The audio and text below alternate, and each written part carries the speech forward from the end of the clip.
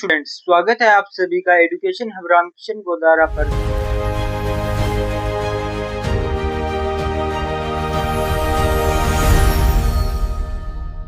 जहां पर हम फिजिक्स को बहुत ही प्यारे कॉन्सेप्ट्स और क्लियरिटी के साथ पढ़ते हैं, हम बिल्कुल भी रटते नहीं है। कल हमने परमिटिविटी, रिलेटिव परमिटिविटी और डाई इलेक्ट्रिक कांस्टेंट समझा।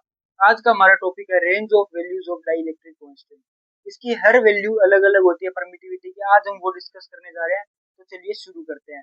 हमारी सबसे पहले ये जो हमारी वैल्यूज होती है, ये 3-4 हिस्सों में डिवाइड होती है। कंडक्टर्स की हमारी अलग होती है, इंसुलेटर्स की अलग होती है, वैक्यूम एयर या फ्री स्पेस जो होता है उसकी अलग होती है, और नेवर जो कभी नहीं हो सकती वो भी एक वैल्यू होती है। इसकी जो वैल्यू होती है वो वेरी करती है 1 to इंफिनिटी से। तो जो नेवर होती है वो तो 0 से 1 तक कभी नहीं हो सकती, 0.99 भी नहीं हो सकती, 0.001 भी नहीं हो सकती। जो ये k की वैल्यू होती है इसके अंदर नेवर वाले में, वो k always greater than, lesser और स्मॉलर देन इंफिनिटी, ग्रेटर और इक्वल टू 1, ये होगा। ये k की वैल्यू होगी हमारी ग्रेटर देन और इक्वल टू 1, स्मॉलर देन और इक्वल टू इंफिनिटी। जो हमारी कंडक्टर्स की वैल्यू होती है उसके अंदर k की वैल्यू इंफिनिटी होती है। ये सिर्फ याद करने की चीज है, इसके अंदर कुछ समझाने का नहीं है। जो इसकी होती है k की वैल्यू, वो वेरिएबल होती है, अलग अलग मीडियम के लिए अलग अलग होती है। जैसे वाटर के लिए हमारी होती है 81, इसकी वैल्यू वेरिएबल होती है बट ग्रेटर देन 1 होती है, इतना याद रखना। ग्रेटर देन 1 होती है बट होती इसकी वेरिएबल है, किसी कंडक्टर के लिए कुछ होगी, किसी मटेरियल के लिए कुछ होगी। जो एयर की होती है ये हमारी आती है 1। इसको मैंने आपको पिछले लेक्चर में बताया था और मैंने आपको बोला था इसको डिराइव करके दिखाऊंगा। तो हमारी ई आर क्या होता है हमारा, ई अपो एम अपॉन ई एप्सिलॉन नोट। यहाँ पे मीडियम क्या है, वैक्यूम, जिसका हमारा एप्सिलॉन होता है नोट ई। तो ये आ जाएगा एप्सिलॉन नोट अपॉन में एप्सिलॉन नोट, जो कट के हमारा 1 आ जाएगा, ये हो जाएगा। अब हम चलते हैं हमारे अगले टॉपिक की तरफ जिसका नाम है सुपरपोजिशन प्रिंसिपल। अब हम चलते हैं हमारे सेकंड टॉपिक की तरफ जिसका नाम है सुपरपोजिशन प्रिंसिपल। ये हमारा कूलम्स लॉ के बाद सेकंड मोस्ट इंपोर्टेंट टॉपिक है, जिसके अंदर से बोर्ड्स के अंदर बहुत सारे पीवाईक्यूज आते हैं और जिनमें से एक मैं आपको आज करवाऊंगा। तो पहले इसकी डेफिनेशन पढ़ लेते हैं, क्या कहता है। The total force on a charge due to multiple other charges is the vector sum of force exerted by each of these charges individually. मतलब एक हमने यहाँ पर चार्ज ले लिया Q, अब यहाँ पर एक और चार्ज लिया हमने Q1, ये कुछ इस पर फोर्स डालेगा, ये कुछ इस पर फोर्स डालेगा, मान लो इसको F1 बोल दिया मैंने। ये इधर मैंने चार्ज लिया Q2, ये भी इस पर फोर्स डालेगा जिसको मैंने F2 ले लिया। इधर भी एक चार्ज लिया मैंने Q3, ये इस पर फोर्स डालेगा जिसको मैंने F3 ले लिया। ऐसे अलग अलग चार्जेस अगर अलग अलग फोर्सेस डालेंगे तो जो हमारा रिजल्टेंट आएगा, जैसे इन दोनों फोर्सेस का रिजल्टेंट इधर आएगा, इन दोनों का इधर आएगा, तो ऐसे रिजल्टेंट निकाल के हमें उनका वेक्टर सम निकालना है ताकि हमारा नेट फोर्स निकल जाए। और ये जो होगी ये एक दूसरे से इंडिपेंडेंट होगी, एक दूसरे पर डिपेंड नहीं होगी।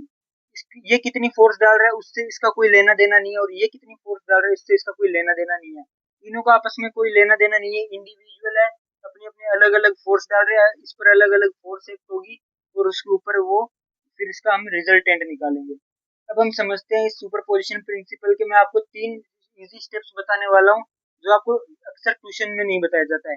मैं आपको ये सुपरपोजिशन प्रिंसिपल के 3 इजी स्टेप बताने वाला हूँ, और वो तीनों इजी स्टेप्स आपको क्वेश्चन करवा के सोल्व भी करवाऊंगा मैं। तो हमारे तीनों स्टेप क्या है। स्टेप 1 हमारा कहता है find the direction, find the direction. अभी ये पढ़ के आपको समझ नहीं आएगा मैं क्या बोल रहा हूँ, पर जब आप क्वेश्चन करेंगे आपको आराम से समझ आ जाएगा। स्टेप 2 कहता है हमारा फाइंड मैग्नीट्यूड, स्टेप 2 हमारा कहता है फाइंड मैग्नीट्यूड।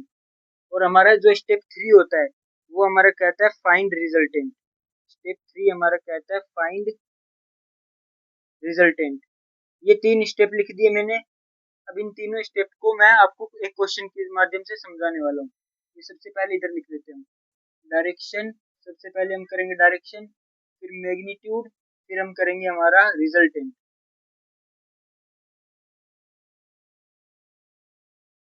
पूरा टॉपिक जैसे मैंने क्वेश्चन लिया है, मेरे पास एक स्क्वायर बॉक्स है, मेरे पास एक स्क्वायर बॉक्स है। अब इसकी डायगोनल की लेंथ आपको पता होगी a√2 होती है। चारों साइड ए ली मैंने। यहाँ पे एक प्लस क्यू चार्ज Q1, यहाँ पे प्लस Q2, यहाँ पे प्लस Q3, यहाँ पे प्लस Q4। अब ये जो चारों चार्जेस है ये हमारे इक्वल होंगे। तो ये वाला जो चार्ज है मैं आप बोल दो find net force at Q4, तो ये वाला चार्ज इस पर इधर फोर्स लगाएगा, ये जो Q3 है वो इस पर इधर फोर्स लगाएगा। ये लगेगी हमारी F on 4 due to 3, F on 4 due to 2, ये हमारी लगेगी, और ये जो Q1 है ये भी इस पर एक इधर की साइड फोर्स लगाएगा जो हमारी लगेगी F14 Q21। अब हमारी डायरेक्शन रिप्रेजेंट, सबसे पहला स्टेप है हमारा डायरेक्शन रिप्रेजेंट, हम इसकी डायरेक्शन रिप्रेजेंट करेंगे। जो हमारा F41 है ये इस डायरेक्शन में हमारा F41, जो हमारा F43 और F42 का हमारा जो रिजल्टेंट निकल के आएगा वो भी इसी डायरेक्शन में आएगा, तो हमारी ये ऐड हो जाएगी। रिजल्टेंट को मैं R से डिनोट कर देता हूँ, तो हमारी इधर मैं लिख लेता हूँ। इसके अंदर हमारी नेट फोर्स क्या होगी, इसके अंदर हमारी नेट फोर्स होगी R प्लस F41, ये हमारी नेट फोर्स होगी क्योंकि सेम डायरेक्शन में तो एड अप हो जाएगी। चलिए अब हम इसका रिजल्टेंट निकालते हैं। सबसे पहले हम डायरेक्शन हमने कर दी, अब हमारा सेकंड स्टेप आता है जो कि हमारा मैग्नीट्यूड। अब मैं यहाँ पे मैग्नीट्यूड निकालता हूँ। सबसे पहले मैं मैग्नीट्यूड निकालता हूँ फोर्स F41 का। F41 का मैं मैग्नीट्यूड निकालूंगा तो ये दोनों इक्वल है हमारे, तो आ जाएगा के क्यू स्क्वायर अपॉन में डिस्टेंस हमारा ए रूट टू का होल स्क्वायर, जो आ जाएगा हमारा के क्यू स्क्वायर अपॉन में 2a का होल स्क्वायर। ये हमारे F41 का मैग्नीट्यूड आ गया। अब मैं F43 का मैग्नीट्यूड निकालता हूँ। F43 का मैग्नीट्यूड ये आएगा हमारा के, ये दोनों इक्वल है क्यू क्यू, तो क्यू स्क्वायर अपॉन में डिस्टेंस हमारा ए है तो इसका स्क्वायर हो जाएगा। ये F43 का मैग्नीट्यूड आ गया। अब मैं निकालूंगा F42 का मैग्नीट्यूड, ये आएगा हमारा के जो कि कांस्टेंट होता है।